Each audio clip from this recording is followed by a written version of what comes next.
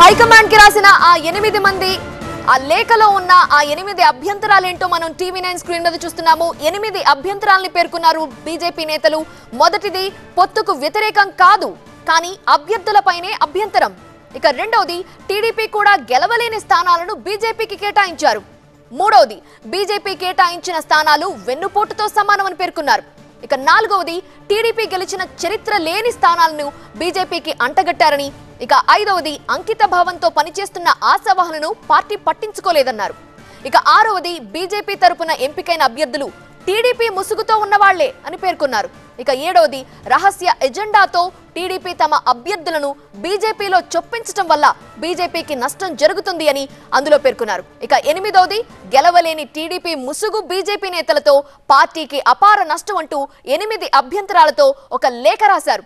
సంతానలేమి సమస్యతో బాధపడుతున్నారా? చింతించకండి. సుమారు 90,000 జంటలకు ఆనందం నింపింది ఓఎస్ఎస్ ఫర్టిలిటీ. ఈ రోజే 7825893600 కి కాల్ చేయండి. సంతానోత్పత్తి చికిత్సపై భారీ డిస్కౌంట్లు పొందండి. గుడ్ న్యూస్ చెప్పండి.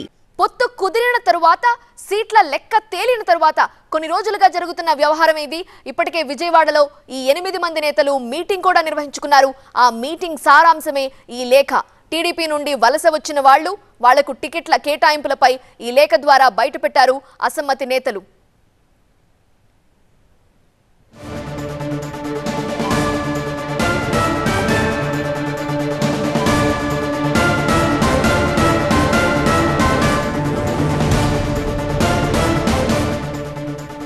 పూర్తి వివరాలు అందించడానికి మా ప్రతినిధి క్రాంతి సిద్ధంగా ఉన్నారు. క్రాంతి, 8 మంది బీజేపీ నేతలు ఒక లేఖ రాసేంత వరకు దారితీసే పరిణామాలంటే ఏ విధంగా అర్థం చేసుకోవాలి? కూటమిలో ఈ అసమ్మతిని ఏ విధంగా చూడాలి? హైకమాండ్ ఎలాంటి డెసిషన్ తీసుకోవాలని ఈ 8 మంది నేతలు భావిస్తున్నారు?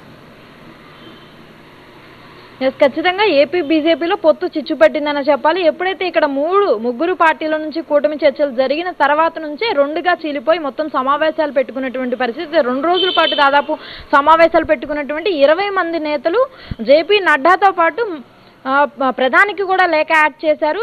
ఏపీ బీజేపీని కూల్చేటటువంటి ప్రయత్నం జరుగుతుంది. ఖచ్చితంగా టీడీపీ నుంచి వలస వచ్చినటువంటి వాళ్ళకి ప్రాధాన్యత ఇస్తున్నారు. ఎప్పటి నుంచో పార్టీ జెండాలు మోసిన వారికి ప్రాధాన్యత ఇవ్వాలి, టికెట్ కేటాయించాలని చెప్పి కూడా ఆందోళన వ్యక్తం చేస్తున్నారు. ఇక దానికి సంబంధించి 2 రోజుల పాటు ఏపీ స్టేట్ ఆఫీసులో అండ్ అలాగే ఒక హోటల్లో కూడా సమావేశం నిర్వహించుకున్నారు. సమావేశం అనంతరం కూడా ఒక లేఖను రాశారు. 8 అంశాలను అందులో ప్రస్తావించడం జరిగింది. ఏదైతే పొత్తులో భాగంగా 10 అసెంబ్లీ స్థానాలు, 6 పార్లమెంటు స్థానాలు ఇచ్చారు. అవన్నీ కూడా టీడీపీ గత 20 ఏళ్లలో ఎక్కడా కూడా గెలవనటువంటి స్థానాలను వాళ్ళు సర్వే చేయించుకుని బీజేపీకి కట్టబెట్టి మళ్ళీ ఎన్నికల్లో 10 స్థానాల్లో అసెంబ్లీ స్థానాల్లో బీజేపీ పోటీ చేసినా కూడా గెలవలేకపోయింది అనేటటువంటి ఒక ముద్ర వేసేటటువంటి ప్రయత్నం చేస్తున్నారు. ఖచ్చితంగా ఈ పొత్తులో చంద్రబాబు నాయుడు బీజేపీని కూల్చే కుట్ర చేస్తున్నారు కాబట్టి మళ్ళీ ఆలోచించాలి. అండ్ అలాగే దాంతో పాటు పార్టీలో ఉన్నటువంటి సీనియర్ నేతలకు కొంతమందికి టికెట్ రాలేదు అనేటటువంటి సమాచారం వస్తున్న నేపథ్యంలో అండ్ అలాగే పొత్తులలో సీట్ల సర్దుబాటు వ్యవహారంలో టీడీపీ నుంచి కానీ బీజేపీ నుంచి కానీ ఇస్తున్నటువంటి లిస్టులో కాస్త సందిగ్ధత ఉన్న నేపథ్యంలో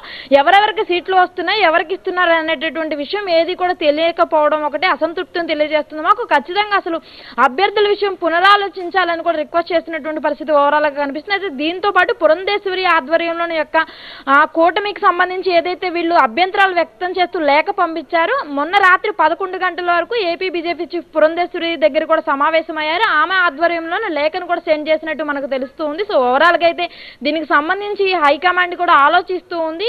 ఎందుకంటే బీజేపీలో తీవ్ర స్థాయిలో ఒక వర్గం, సీనియర్ వర్గం ఎవరైతే ఉన్నారో వీళ్ళందరూ కూడా తమ నిరసనను వ్యక్తం చేస్తూ ఉన్నారు. మొత్తం అందరికీ కూడా ఈ యొక్క కూటమి నుంచి ఏదైతే సీట్ల పంపకాల వ్యవహారంలో జరుగుతున్నటువంటి విషయంలో తీవ్ర అసంతృప్తి వ్యక్తం చేస్తూ సీనియర్లకి సీట్లు ఇవ్వాలి, అంతేగాని వలస వచ్చినటువంటి టీడీపీకి సీట్లు ఇస్తే కనుక వాళ్ళు మళ్ళీ ఇక్కడ గెలిచి మళ్ళీ బీజేపీలోకి వెళ్ళిపెట్టేటువంటి ప్రయత్నం చేస్తారు. కాబట్టి ఖచ్చితంగా దీన్ని పునరాలోచించాలి అనేటటువంటి విషయాన్ని అయితే బీజేపీ హైకమాండ్ ముందుకు తీసుకెళ్లారు. ఎందుకంటే ఇప్పటికే సీట్ల విషయంలో ఎన్ని స్థానాల్లో బీజేపీ పోటీ చేస్తుంది అనే విషయంలో క్లారిటీ ఇచ్చినప్పటికీ కూడా ఎక్కడ పోటీ చేస్తుంది, ఎవరెవరు పోటీ చేస్తారనే విషయం ఇంకా చర్చల్లోనే ఉంది. కాబట్టి ఖచ్చితంగా దీన్ని ఆలోచించి మా యొక్క ప్రతిపాదనను దృష్టిలో పెట్టుకోవాలని చెప్పి కూడా లేఖను పంపించినటువంటి పరిస్థితి అయితే కనిపిస్తుంది. Right Kranthi, thank you.